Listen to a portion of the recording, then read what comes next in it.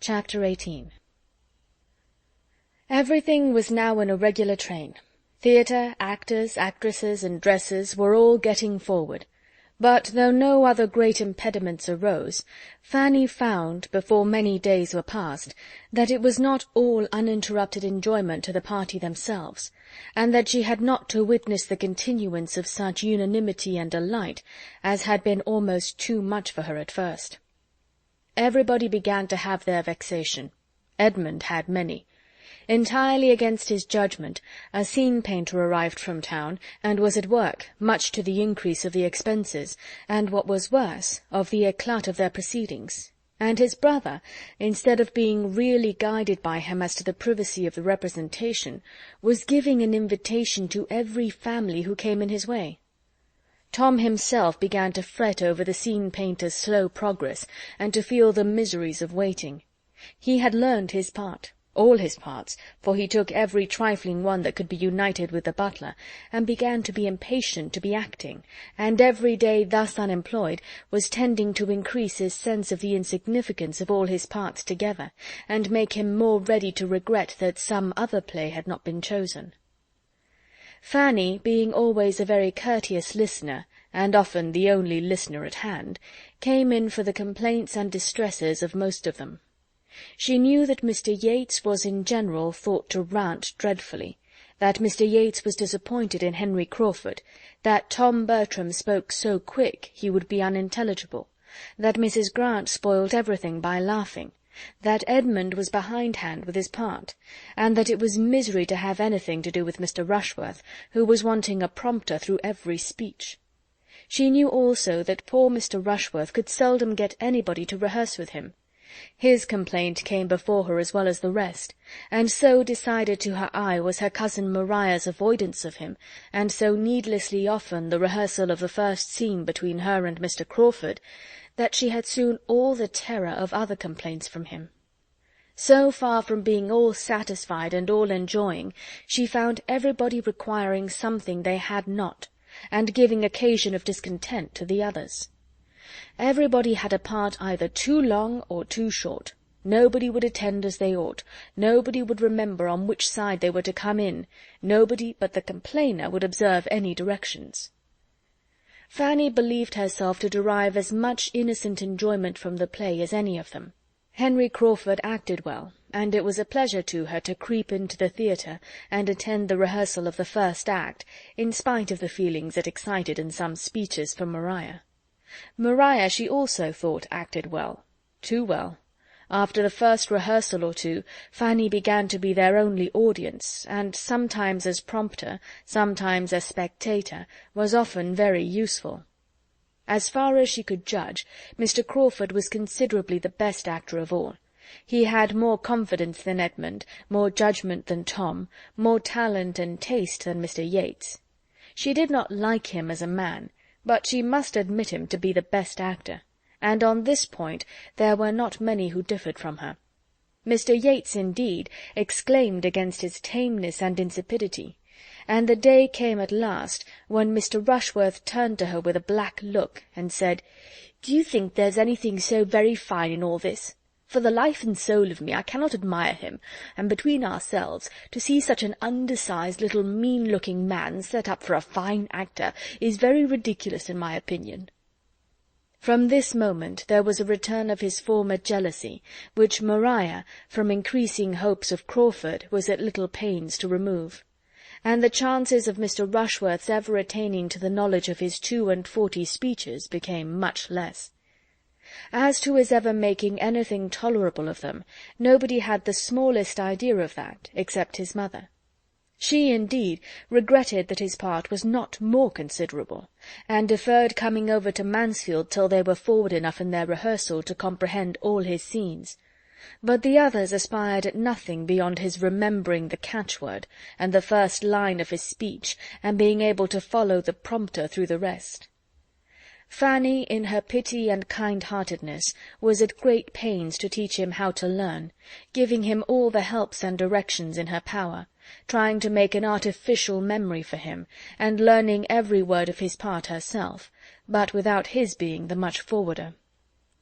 Many uncomfortable, anxious, apprehensive feelings she certainly had, but with all these, and other claims on her time and attention, she was as far from finding herself without employment or utility amongst them, as without a companion in uneasiness; quite as far from having no demand on her leisure as on her compassion.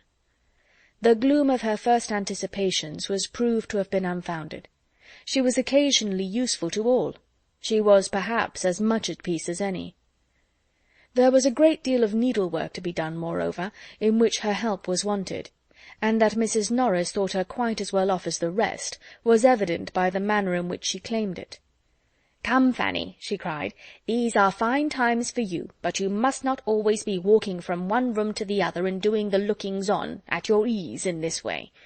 I want you here. I have been slaving myself till I can hardly stand, to contrive Mr. Rushworth's cloak without sending for any more satin, and now I think you may give me your help in putting it together. There are but 3 seams. You may do them in a trice. It would be lucky for me if I had nothing but the executive part to do. You are best off, I can tell you, but if nobody did more than you, we should not get on very fast."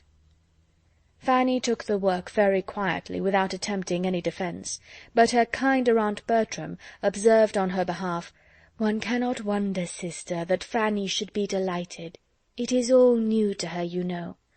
You and I used to be very fond of a play ourselves, and so am I still, and as soon as I am a little more at leisure, I mean to look in at their rehearsals too.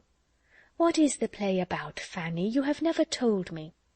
"Oh, sister, pray do not ask her now, for Fanny is not one of those who can talk and work at the same time. It is about lovers' vows."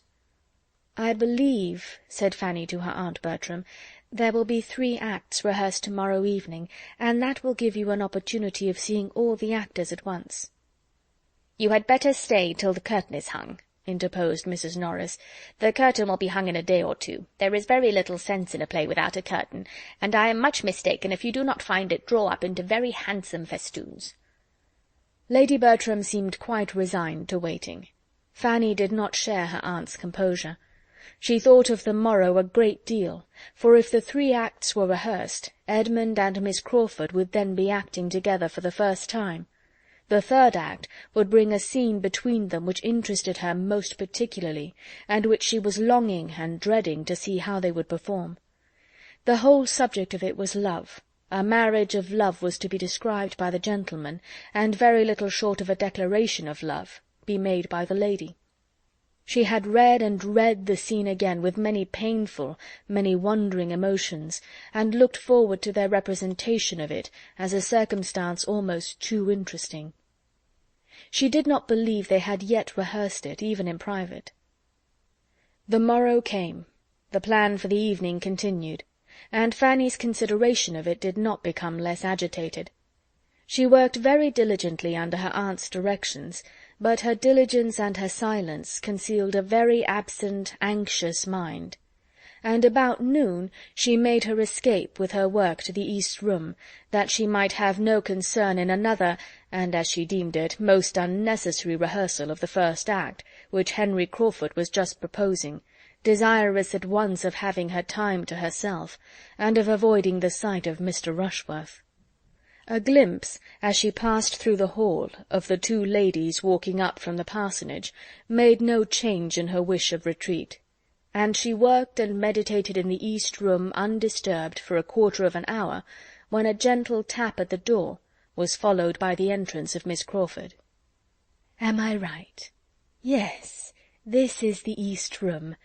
My dear Miss Price, I beg your pardon, but I have made my way to you on purpose to entreat your help." Fanny, quite surprised, endeavoured to show herself mistress of the room by her civilities, and looked at the bright bars of her empty grate with concern. "Thank you, I am quite warm, very warm. Allow me to stay here a little while, and do have the goodness to hear me my 3rd act. I have brought my book, and if you would but rehearse it with me, I should be so obliged. I came here to-day intending to rehearse it with Edmund, by ourselves, against the evening, but he is not in the way, and if he were, I do not think I could go through it with him till I have hardened myself a little, for really there is a speech or 2. You will be so good, won't you?" Fanny was most civil in her assurances, though she could not give them in a very steady voice. "Have you ever happened to look at the part I mean?" continued Miss Crawford, opening her book.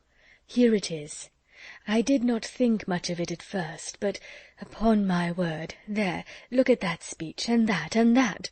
How am I ever to look at him in the face and say such things? Could you do it? But then he is your cousin, which makes all the difference. You must rehearse it with me, that I may fancy you him and get on by degrees. You have a look of his sometimes." "Have I? I will do my best with the greatest readiness, but I must read the part, for I can say very little of it." "None of it, I suppose. You are to have the book, of course. Now for it. We must have 2 chairs at hand for you to bring forward to the front of the stage. There, very good schoolroom chairs, not made for a theatre, I dare say, much more fitted for little girls to sit in and kick their feet against when they are learning a lesson. What would your governess and uncle say to see them used for such a purpose? Could Sir Thomas look in upon us just now, he would bless himself, for we are rehearsing all over the house. Yates is storming away in the dining-room. I heard him as I came upstairs, and the theatre is engaged, of course, by those indefatigable rehearsers, Agatha and Frederick. If they are not perfect, I shall be surprised. By the by, I looked in upon them 5 minutes ago, and it happened to be exactly at one of the times when they were trying not to embrace, and Mr. Rushworth was with me. I thought he began to look a little queer, so I turned it off as well as I could by whispering to him, "We shall have an excellent Agatha. There is something so maternal in her manner, so completely maternal in her voice and countenance. Was not that well done of me?" He brightened up directly. Now for my soliloquy. She began, and Fanny joined in with all the modest feeling which the idea of representing Edmund was so strongly calculated to inspire, but with looks and voice so truly feminine as to be no very good picture of a man. With such an Anhalt, however, Miss Crawford had courage enough, and they had got through half the scene when a tap at the door brought a pause, and the entrance of Edmund the next moment suspended it all. Surprise, consciousness, and pleasure appeared in each of the 3 on this unexpected meeting, and as Edmund was come on the very same business that had brought Miss Crawford, consciousness and pleasure were likely to be more than momentary in them. He too had his book, and was seeking Fanny to ask her to rehearse with him, and help him prepare for the evening, without knowing Miss Crawford to be in the house. And great was the joy and animation of being thus thrown together, of comparing schemes, and sympathizing in praise of Fanny's kind offices. She could not equal them in their warmth. Her spirits sank under the glow of theirs, and she felt herself becoming too nearly nothing to both to have any comfort in having been sought by either. They must now rehearse together. Edmund proposed, urged, entreated it, till the lady, not very unwilling at first, could refuse no longer, and Fanny was wanted only to prompt and observe them. She was invested, indeed, with the office of judge and critic, and earnestly desired to exercise it, and tell them all their faults. But from doing so, every feeling within her shrank. She could not, would not, dared not attempt it. Had she been otherwise qualified for criticism, her conscience must have restrained her from venturing at disapprobation. She believed herself to feel too much of it in the aggregate for honesty or safety in particulars. To prompt them must be enough for her, and it was sometimes more than enough, for she could not always pay attention to the book. In watching them she forgot herself, and, agitated by the increasing spirit of Edmund's manner, had once closed the page and turned away exactly as he wanted help. It was imputed to very reasonable weariness, and she was thanked and pitied, but she deserved their pity more than she hoped they would ever surmise. At last the scene was over, and Fanny forced herself to add her praise to the compliments each was giving the other. And when again alone, and able to recall the whole, she was inclined to believe their performance would indeed have such nature and feeling in it as must ensure their credit, and make it a very suffering exhibition to herself. Whatever might be its effect, however, she must stand the brunt of it again that very day. The first regular rehearsal of the 3 first acts was certainly to take place in the evening. Mrs. Grant and the Crawfords were engaged to return for that purpose as soon as they could after dinner, and everyone concerned was looking forward with eagerness. There seemed a general diffusion of cheerfulness on the occasion. Tom was enjoying such an advance towards the end, Edmund was in spirits from the morning's rehearsal, and little vexation seemed everywhere smoothed away. All were alert and impatient. The ladies moved soon, the gentlemen soon followed them, and with the exception of Lady Bertram, Mrs. Norris, and Julia, everybody was in the theatre at an early hour, and having lighted it up as well as its unfinished state admitted, were waiting only the arrival of Mrs. Grant and the Crawfords to begin. They did not wait long for the Crawfords, but there was no Mrs. Grant. She could not come. Dr. Grant, professing an indisposition, for which he had little credit with his fair sister-in-law, could not spare his wife. "Dr. Grant is ill," said she with mock solemnity. "He has been ill ever since he did not eat any of the pheasant to-day. He fancied it tough, sent away his plate, and has been suffering ever since." Here was disappointment. Mrs. Grant's non-attendance was sad indeed.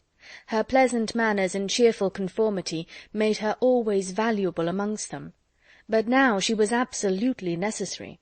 They could not act, they could not rehearse with any satisfaction without her. The comfort of the whole evening was destroyed. What was to be done? Tom, as cottager, was in despair. After a pause of perplexity, some eyes began to be turned towards Fanny, and a voice or two to say, if Miss Price would be so good as to read the part. She was immediately surrounded by supplications. Everybody asked it. Even Edmund said, "Do, Fanny, if it is not very disagreeable to you." But Fanny still hung back. She could not endure the idea of it. Why was not Miss Crawford to be applied to as well? Or why had not she rather gone to her own room, as she had felt to be the safest, instead of attending the rehearsal at all? She had known it would irritate and distress her. She had known it her duty to keep away. She was properly punished. "You have only to read the part," said Henry Crawford with renewed entreaty. "And I do believe she can say every word of it," added Maria, "for she could put Mrs. Grant right the other day in 20 places. Fanny, I am sure you know the part." Fanny could not say she did not, and as they all persevered, as Edmund repeated his wish, and with a look of even fond dependence on her good nature, she must yield. She would do her best. Everybody was satisfied, and she was left to the tremors of a most palpitating heart, while the others prepared to begin. They did begin, and being too much engaged in their own noise to be struck by unusual noise in the other part of the house, had proceeded some way, when the door of the room was thrown open, and Julia, appearing at it, with a face all aghast, exclaimed, "My father is come! He is in the hall at this moment!" Chapter 18